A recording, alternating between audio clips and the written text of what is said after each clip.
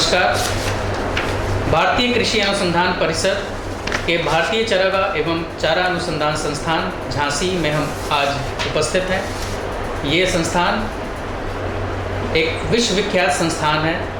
ये एशिया का अपने आप में एक एक्सक्लूसिव संस्थान है जो चारा पर कार्य कर रहा है। ये संस्थान 1 नवंबर 1962 में स्थापित हुआ था और ये लगभग अपनी सेवाएं देश को पिछले 57-58 साल से दे रहा है। आज हमारे बीच में उपस्थित हैं संस्थान के निदेशक डॉक्टर विजय कुमार यादव जी, जो एक कृषि वैज्ञानिक भी हैं, कृषि एक्सपर्ट भी हैं और संस्थान के निदेशक भी हैं।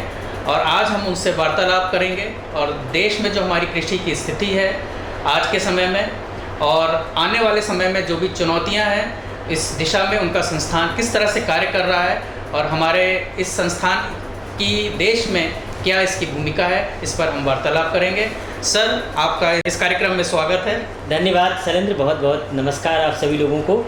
और जैसा आप देख रहे हैं कि इस समय जो स्थिति है उसके कारण हमें सोशल डिस्टेंसिंग का ध्यान रखना पड़ रहा है। सर, हम जानना चाहेंगे आपसे कि हम जानते हैं कि भारत एक कृषि प्रधान देश है जी, और जैसा कि आपने बताया कि कोविड-19 एक महामारी के रूप में एक प्रकट हुआ है जो जिसका सामना पूरा विश्व इस समय कर रहा है। सर, हम जानना चाहेंगे कि इस समय किसानों की दशा हमारे देश में क्या है और क्या चुनौतियां हैं और इसका सामना किस तरह से करेंगे।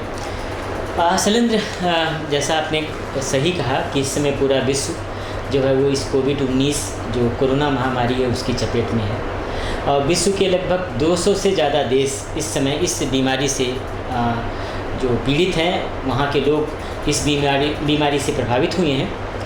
हमारा देश भी इस बीमारी से प्रभावित हुआ है। सरकार के द्वारा हमारे काफ़ी जो स्टेप लिए गए, काफ़ी जो कदम गए वो समय पर कदम उठाए गए, जिसके कारण इस बीमारी का वो स्वरूप जिसका डर था हमें अभी तक नहीं हुआ है, अभी तक नहीं दिखा है। लेकिन चूँकि ये बीमारी ऐसी है, जैसा आप जानते हैं, एक विषाणु जनित रोग है और ये कंटेजियस बीमारी है, जिसकी वजह से हमें बहुत सारी सावधानियां रखनी पड़ रही हैं। और चूँकि हमारा देश एक कृषि प्रधान देश है, 60% आबादी अभी भी कृषि पर अपने जीवनयापन के लिए निर्भर करती है, तो निश्चित रूप से इस बीमारी का उनके जीवन पर प्रभाव पड़ना संभावित है और पड़ भी रहा है।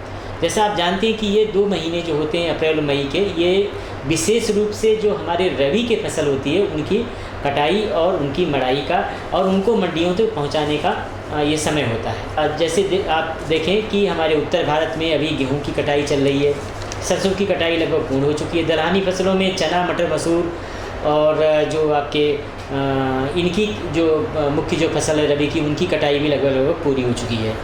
तो कुछ ना कुछ दिक्कतें किसानों को उठानी पड़ रही है, क्योंकि अभी उनको काटने के लिए जो उनको मजदूर चाहिए वो नहीं मिल पा रहे हैं। मशीनों का मूवमेंट भी थोड़ा सा प्रभावित हुआ है। लेकिन कुल मिलाकर सरकार ने चूँकि कृषि से जुड़े हुए जितने कार्य हैं उन सबको जो लॉकडाउन है उससे मुक्त रखा है।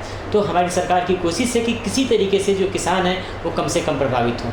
लेकिन ये संभावित है कि कुछ ना कुछ असर उनके जीवन पर ज़रूर पड़ेगा, क्योंकि ये इस बीमारी के कारण अभी लॉकडाउन के लगभग 25 दिन हो चुके हैं।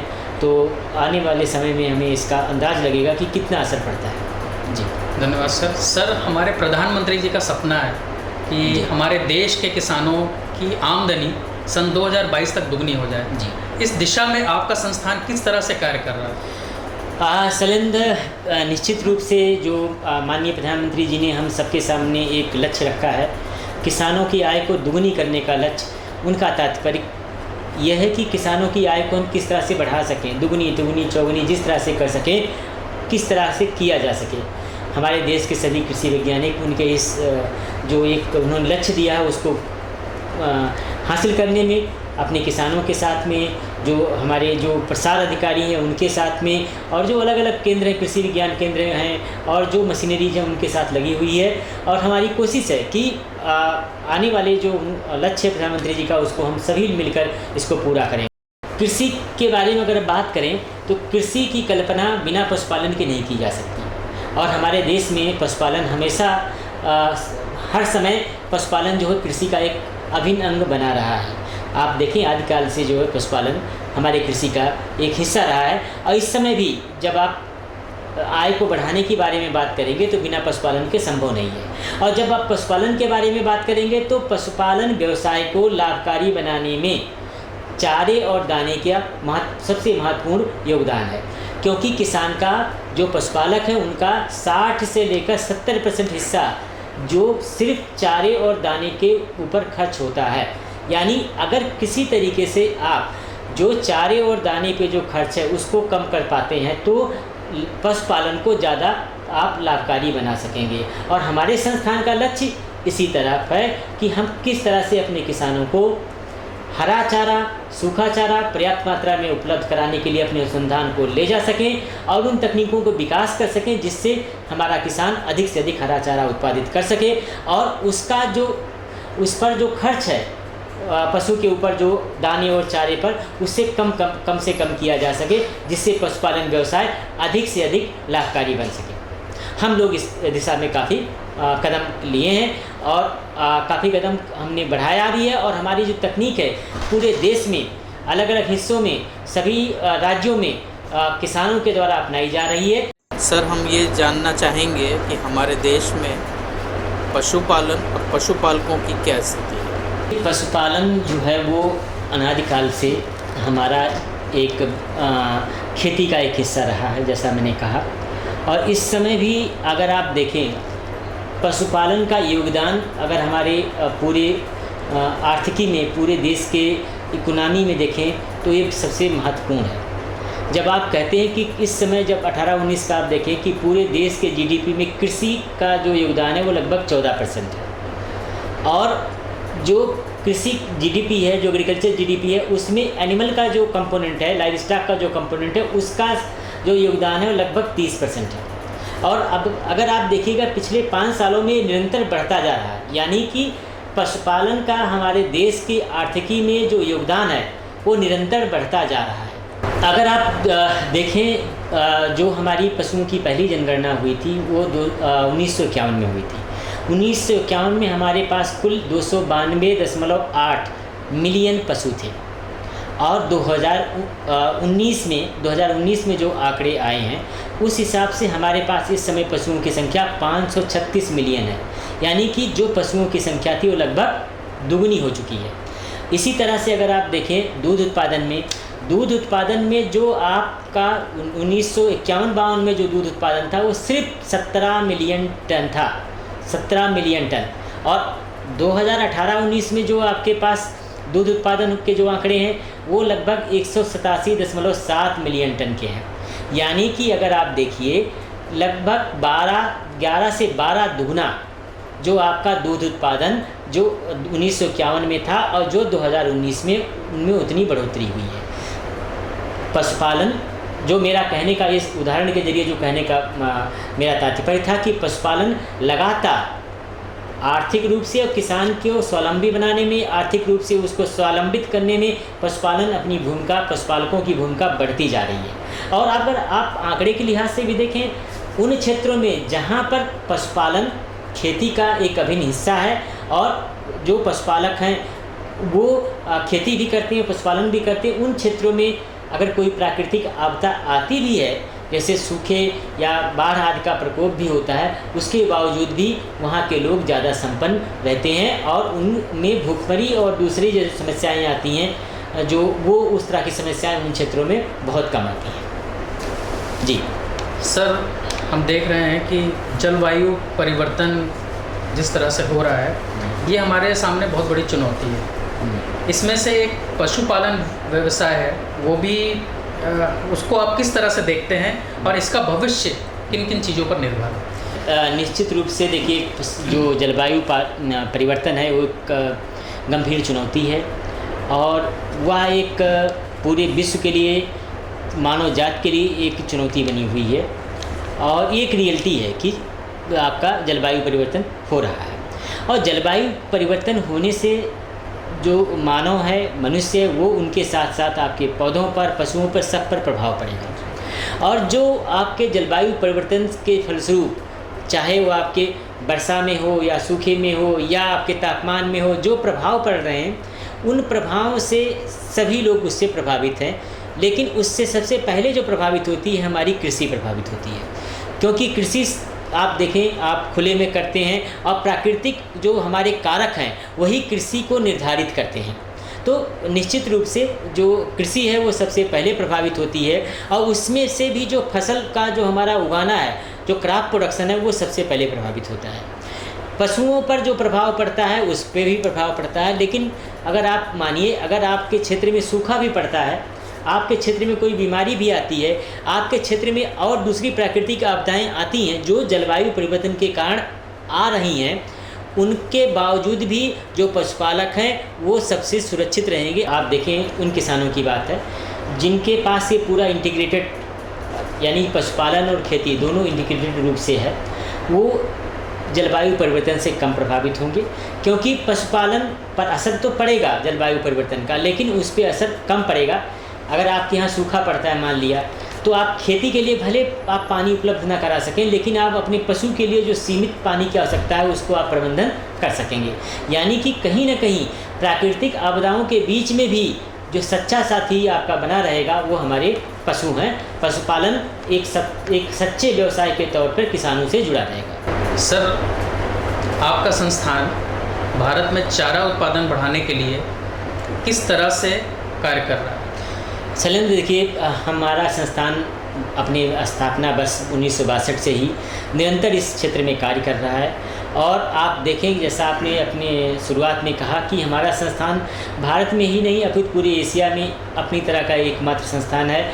और हम लोग जो चारे की फसलों पर, चारागाह प्रबंधन पर, साथ में उनमें उत्पादन पर, उन्नयन पर और उनके प्रयोग पर, उनके संरक्षण पर कार्य करते हैं। इसका मतलब ये हुआ कि हमारा जो कार्य है वो पूरे जो अलग अलग पहलू है चारा उत्पादन के, सब पर हम लोग कार्य कर रहे हैं। इस समय हमारा जो मुख्यालय झांसी में है, जहाँ पर आप बैठे हुए हैं, इसके अलावा जो हमारे 4 उपकेंद्र हैं वो अलग अलग क्षेत्रों में कार्य कर रहे हैं। हमारा एक केंद्र धारवाड़ में है, एक अंबिकानगर, श्रीनगर जम्मू कश्मीर और एक पालमपुर हिमाचल प्रदेश में स्थित है। हमारे लगभग 100 वैज्ञानिक निरंतर रूप से चारा उत्पादन की अलग अलग तकनीकियों को, अलग अलग जो हमारे तकनीक जो चाहे उत्पादन से जुड़े हों, चाहे उनके प्रयोग से जुड़े हों, चाहे उनके कंजर्वेशन से जुड़े हों, नई शोध निरंतर रूप से कर रहे हैं। और हमारा लक्ष्य होता है कि उनको उन शोध को, उन तकनीकों को जो हम यहाँ पर विकसित कर रहे हैं उनको किसानों तक पहुँचाएँ और किसान उनका लाभ उठाएँ। इसके अलावा हमारे पास AICRP का जो फॉरेस्ट क्रॉप का चारा फसलों का जो अखिल भारतीय समन्वित परियोजना है, उसमें भी हमारे देश में लगभग 23 केंद्र हैं जो अलग अलग राज्यों में काम कर रहे हैं। वहाँ पर भी वैज्ञानिक हमारे साथ समन्वय में काम कर रहे हैं और अलग अलग क्षेत्रों के लिए, किसी क्षेत्र विशेष के लिए जो तकनीक होती है वो विकसित करने में महत्वपूर्ण भूमिका अदा कर रहे हैं। इस तरह से आप देखिए कि ये पूरे वैज्ञानिकों का एक नेटवर्क है जो इस पशुपालकों के समस्याओं को ध्यान में रखते हुए नए चारा फसलों का, नई प्रजातियों का और नए उत्पादन तकनीकों का विकास कर रहा है। इस समय तक हमारे वैज्ञानिकों के जो संपूर्ण जो नेटवर्क है उसके द्वारा लगभग 350 जो नई प्रजातियां हैं, अलग अलग फसलों की, उनका विकास किया जा चुका है। हम लोगों ने अलग अलग मॉडल विकसित किए हैं जो अलग अलग जो उत्पादन के जो स्थितियाँ उनके लिए हैं। हमारे पास पूरे वर्ष के लिए हरा चारा उत्पादन की तकनीक है। हमारे पास आपके सिंचित क्षेत्र के लिए, असिंचित क्षेत्र के लिए हमारे पास जो दूसरी जो तकनीक है जो आपके पेड़ों पर आधारित है, जो आपके बागवानी है, जो फलों पे जो बाग हैं उनमें चारा उत्पादन की तकनीक है। हमारे पास मशीनों का विकास हम लोगों ने किया कि जो चारा उत्पादन में काम आते हैं। साथ ही साथ हम लोगों ने इन सब के जरिए जो हम लोग प्रजातियों का विकास करते हैं, जो तकनीकियों का विकास करते हैं, उनका पशुओं के साथ क्या संबंध है उस पर काम करते हैं। पशु किस तरीके से इससे किस तरीके से पशुओं पर क्या असर पड़ेगा उस पर अध्ययन करते हैं। हमारे जो दूसरे विभाग हैं उनका लक्ष्य होता है कि इन तकनीक को किसानों तक पहुंचाने में अपना योगदान दें। हम लोग पूरे देश में इस समय जो चारागाह थे, आप देखें 10 मिलियन हेक्टेयर के आसपास चारागाह की जो भूमि है वो हमारे पास देश में है। उनको संरक्षित करना, उनमें हमारी तकनीक को विकसित कर लोगों तक पहुंचाना हम लोग कार्य कर रहे हैं। अलग अलग सरकारों के के समन्वय में हम लोग काम कर रहे हैं, अलग अलग राज्य सरकारों के समन्वय में हम लोग काम कर रहे हैं। हमारा लक्ष्य होता है कि जो कॉमन प्रॉपर्टी रिसोर्स है, यानी कि जो वो ज़मीन जो कि चारागाह के लिए चिन्हित है या दूसरे जो सामुदायिक भूमि है, उसको किस तरह से हम लोग चारा उत्पादन के लिए प्रयोग कर सकते हैं, उसकी तकनीकों का भी विकास हमारा संस्थान करता है। और इन तकनीकों के ज़रिए हम लोग उन भूमि को जो कृषि के लिए अनुपयुक्त है, वो किसी तरह की भूमि हो सकती है, जंगल के किनारे की भूमि हो सकती है, या ऐसे जो किसी तरीके की समस्याग्रस्त भूमि है, उन भूमियों पर चाहे खनन से प्रभावित हो, ऊसर भूमि हो या किसी और तरीके की भूमि हो, उसके लिए तकनीक हम लोगों ने विकसित किया है। साथ ही साथ हम पूरे देखिए, अगर चारा उत्पादन की बात देखें तो चारा उत्पादन में सबसे बड़ी समस्या आती है कि गुणवत्ता युक्त बीज नहीं मिलता। तो हमारा संस्थान जो है वो गुणवत्ता युक्त बीज पैदा करने में महत्वपूर्ण भूमिका अदा कर रहा है। और पिछले 4-5 सालों में हमने पूरे देश में अलग अलग राज्यों में चारा बीजों की आपूर्ति कर चारा फसलों के उत्पादन बढ़ाने में महत्वपूर्ण भूमिका अदा किया है। जैसा आप जानते हैं कि चारा, अगर हम गुणवत्ता युक्त चारा बीज ही उपलब्ध करा दें तो लगभग 25 से 30% चारा, ये जो चारे का उत्पादन है, जो फसल का उत्पादन है, वो बढ़ जाता है। इस बारे में भी हम लोग निरंतर काम कर रहे हैं। सर, हम जानना चाहेंगे कि आज के समय में आपके संस्थान के सामने क्या चुनौतियां हैं और इसको किस तरह से आप पूरा करेंगे? देखिए, जहाँ तक संस्थान के सामने चुनौतियों का प्रश्न है, हमारे पास सिर्फ एक चुनौती है। हमारे पास चुनौती यह है कि जो लगभग 30% के आसपास जो हरे चारे की कमी है देश में, उसको, और 11 से 12% के आसपास जो शुष्क चारे की कमी है, उसको हमें पूरा करना है। हमारे पास समय कम है और इस कार्य को हमें समयबद्ध तरीके से और अपनी इस गति को बढ़ाकर इसको निरंतर रूप से एक समन्वय के जरिए, चाहे वो राज्य सरकार हो, चाहे वो वैज्ञानिक, दूसरे वैज्ञानिक काम करते हैं, चाहे कृषि विज्ञान केंद्र हो, चाहे हमारे जो सरकारी जो अलग अलग विभाग हैं, उनके समन्वय के जरिए इसको पूरा करने का हमारे पास लक्ष्य है। हमारा लक्ष्य है हम ऐसी प्रजातियों का विकास करें जो, जैसा आपने सवाल किया था कि बदलती जो जलवायु परिवर्तन है उसको देखते हुए ऐसी प्रजातियों का विकास किया जाए जो इस तरह के कारकों से कम प्रभावित हों। हमारा लक्ष्य है कि हम पशुओं के लिए पौष्टिकता युक्त चारा उपलब्ध कराएं, जिससे उनका स्वास्थ्य अच्छा रहे और उनको अलग अलग बीमारियों से लड़ने के लिए उनके अंदर जो सहनशीलता है पशुओं के अंदर, वो बढ़े। हमारा लक्ष्य है कि जो लागत है पशुपालन पे उसको कम किया जाए, चाहे वो चारा उत्पादन की हो। इसके लिए हमें अगर मशीनीकरण करना है तो उसके लिए जो छोटी छोटी मशीनें हैं उनको हम अधिक से अधिक बनाएं। हमारा लक्ष्य है कि जो चारे के फसलों की बीजों की कमी है पूरे देश में, उस कमी को हम दूर करें। सर, आपके संस्थान से किसानों को जुड़ने के लिए किसानों को क्या करना पड़ेगा? देखिए, हमारा संस्थान सभी किसानों के लिए हरदम खुला हुआ है और हम चाहेंगे कि किसान हमारे संस्थान में आएँ और हमारे संस्थान द्वारा जो तकनीकियाँ विकसित की गई उनका वो लाभ उठाएं। देखिए, जहाँ तक किसानों के जुड़ने का सवाल है, पहले मैं इस बात का जवाब दूं। जो भी किसान हमसे जुड़ना चाहते हैं वो हमारे जो संस्थान की वेबसाइट है उस पर हमारे मोबाइल नंबर है, इंटरनेट है, उनसे कॉल कर सकते हैं। हमारे किसान कॉल सेंटर पे फ़ोन कर सकते हैं। इसके अलावा अगर आप चाहते हैं हमें व्यक्तिगत रूप से आप चाहें तो हमारे उस पर हमारे इस जो आप वीडियो देख रहे हैं इसमें भी अपने कमेंट के जरिए भी आप भेज सकते हैं। हम कोशिश करेंगे आपको हम फिर से आपसे मुखातिब हों और आपसे मिलें। अगर आप अपना मोबाइल नंबर हमसे शेयर करते हैं आप अपने ईमेल के जरिए, तो हम चाहेंगे कि जो हमारी मैसेजिंग सर्विसेज है जो हम किसान पोर्टल के जरिए हम किसानों को पहुंचा रहे हैं, उसमें हम आपको शामिल करें और समय समय पर हम कृषि से जो चारे फसलों से संबंधित जो हमारी सुझाव हैं वो हम आप तक पहुंचा सकें। और इसके साथ साथ जो हमारे दूसरे जो सोशल मीडिया प्लेटफॉर्म है, चाहे फेसबुक है, ट्विटर है, यूट्यूब है, उस सब पर हम लोग उपस्थित हैं और हम चाहेंगे कि हमें आप वहाँ पर फॉलो करें और जो अपडेट होता है हमारे संस्थान के द्वारा उसको हम आपको उपलब्ध करें। सर, संस्थान के निदेशक के तौर पर आप चारा वैज्ञानिकों से क्या उम्मीद करते हैं और क्या उनको संदेश देना चाहेंगे? देखिए, हमारी अपने वैज्ञानिकों से बातचीत होती रहती है और जहाँ तक आप अपने वैज्ञानिकों से अगर मैं कुछ कहना चाहूँगा तो मैं ये कहना चाहूँगा, देखिए, जो दूसरी फसलें हैं उसमें बहुत सारे लोग काम करते रहते हैं, लेकिन अगर आप चारे की बात करें, ये भविष्य की फसलें हैं।